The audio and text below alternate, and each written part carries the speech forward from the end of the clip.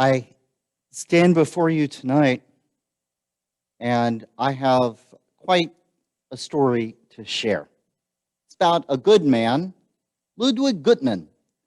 And as I read the story and kept going back to it, more and more was I uplifted, was I shaken, was I challenged by the story of Ludwig Gutmann. Ludwig Gutmann is probably not a household name. I had never heard this story before. I never realized it. And yet, as I read it, it was so much what I needed to hear in this season as we approach the end of this year and the beginning of a new year. Over the last few weeks, many of you have probably been tuning into the Olympics. It's been fun to watch all kinds of crazy sports, different athletes, and you can choose which countries you're rooting for, which countries you're rooting against, which athletes' performances uplift and which make you crazy and you shake your fists, or which you fall asleep because you're not sure what is going on in that sport and how did they figure out who wins. Or in the case of the high jump, where the two people who were facing each other decided they both won, which was pretty incredible to see. So we've had the Olympics, but now we're about to start the Paralympic Games. And I always thought Paralympics, it was because there are people with various disabilities that are competing in it. But this week on the Hey Alma website blog, they shared the story of how the Paralympics came to be and explained what the Paralympics are. They actually came from and were founded by a nice German Jewish man named Ludwig Gutmann. So he was born in 1899. He's born right at the end of the 19th century, entering the 20th century. In that area between Germany and Poland, when he was born there, it was Germany. Eventually, it now is Poland, born to a Jewish German family. And in 1917, he was working at a volunteer of hospitals with a coal miner. And there he encountered a miner who had suffered a spinal injury and become a paraplegic. And at that point in our history, in our time, that was really a death sentence. They really didn't know what to do for the various complications that came from a serious spinal cord injury like that. And so that really impacted Ludwig Gutmann, and he wasn't sure what to do. It stayed with him, and he moved on and eventually started his own medical training, University of Breslau and then University of Freiburg coming up in 1919 into 1924.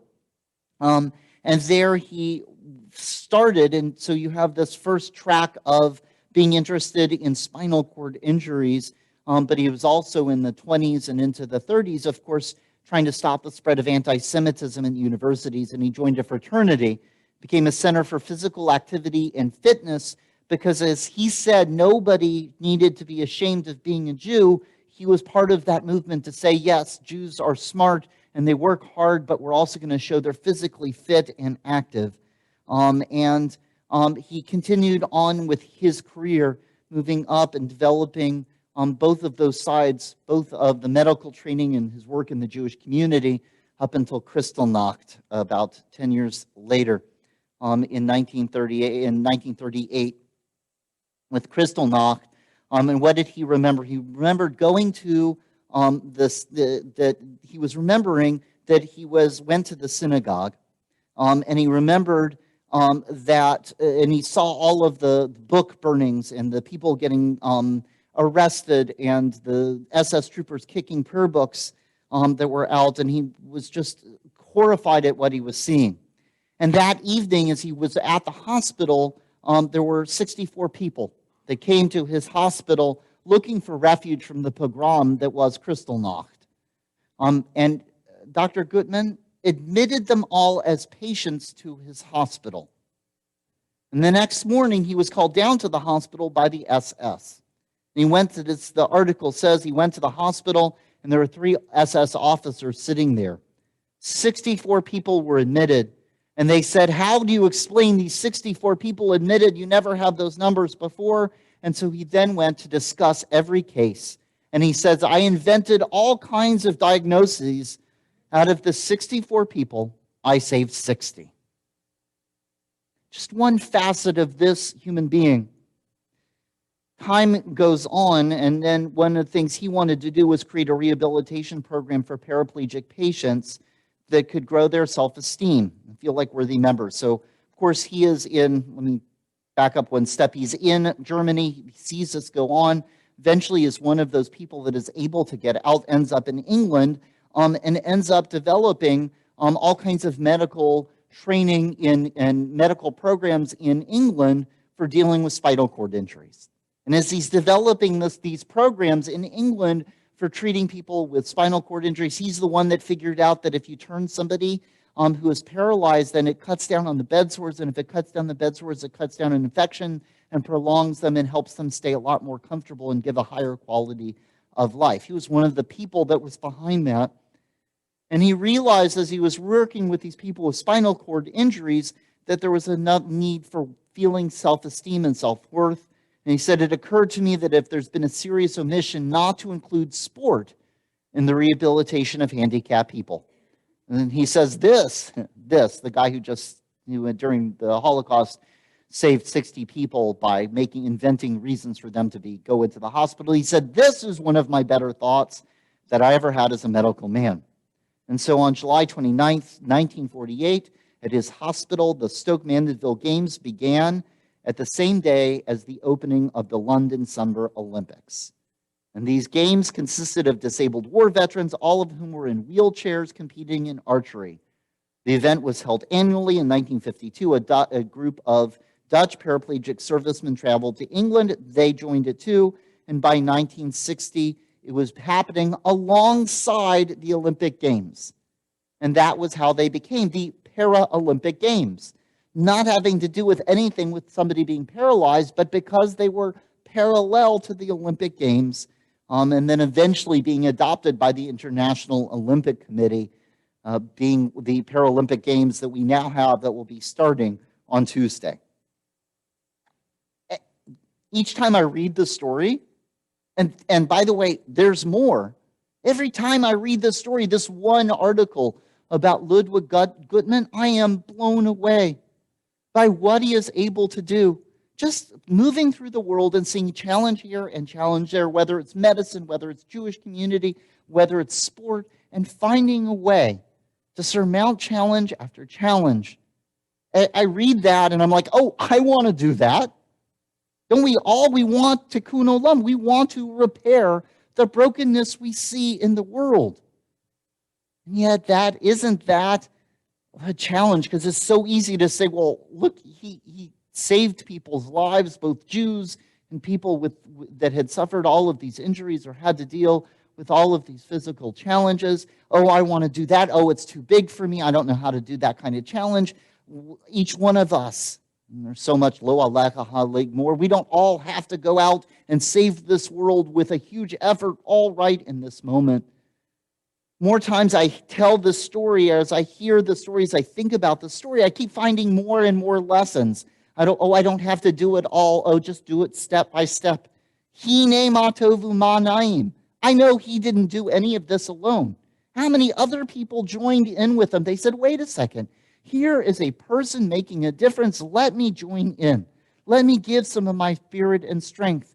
That we're not going to solve the problems of the world by being on our own and independent. It's when we collaborate and create collective effort that we do these amazing things that become more than their sum of their parts.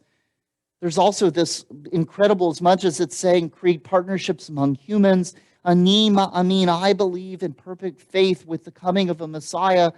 I believe that human efforts gathered together can make something, connecting with the divine, bringing something that in just everyday living, brings something that is transcendent, awesome, incredible, like these games that we can't even quantify, that we can look at the numbers, but the impact of his work becomes something that impacts this whole world, right? We say if you save one life, you save an entire world. Isn't that what he did over and over again through his faith and through his perseverance? And if I just have a little bit of faith and a little bit of chutzpah, and I just keep working at it, that positive will build mitzvah gereret mitzvah. Miracle mitzvah will lead to another mitzvah. If you haven't figured out yet, I could just keep quoting Torah and Pirkei Avot for the story of Ludwig Guttmann.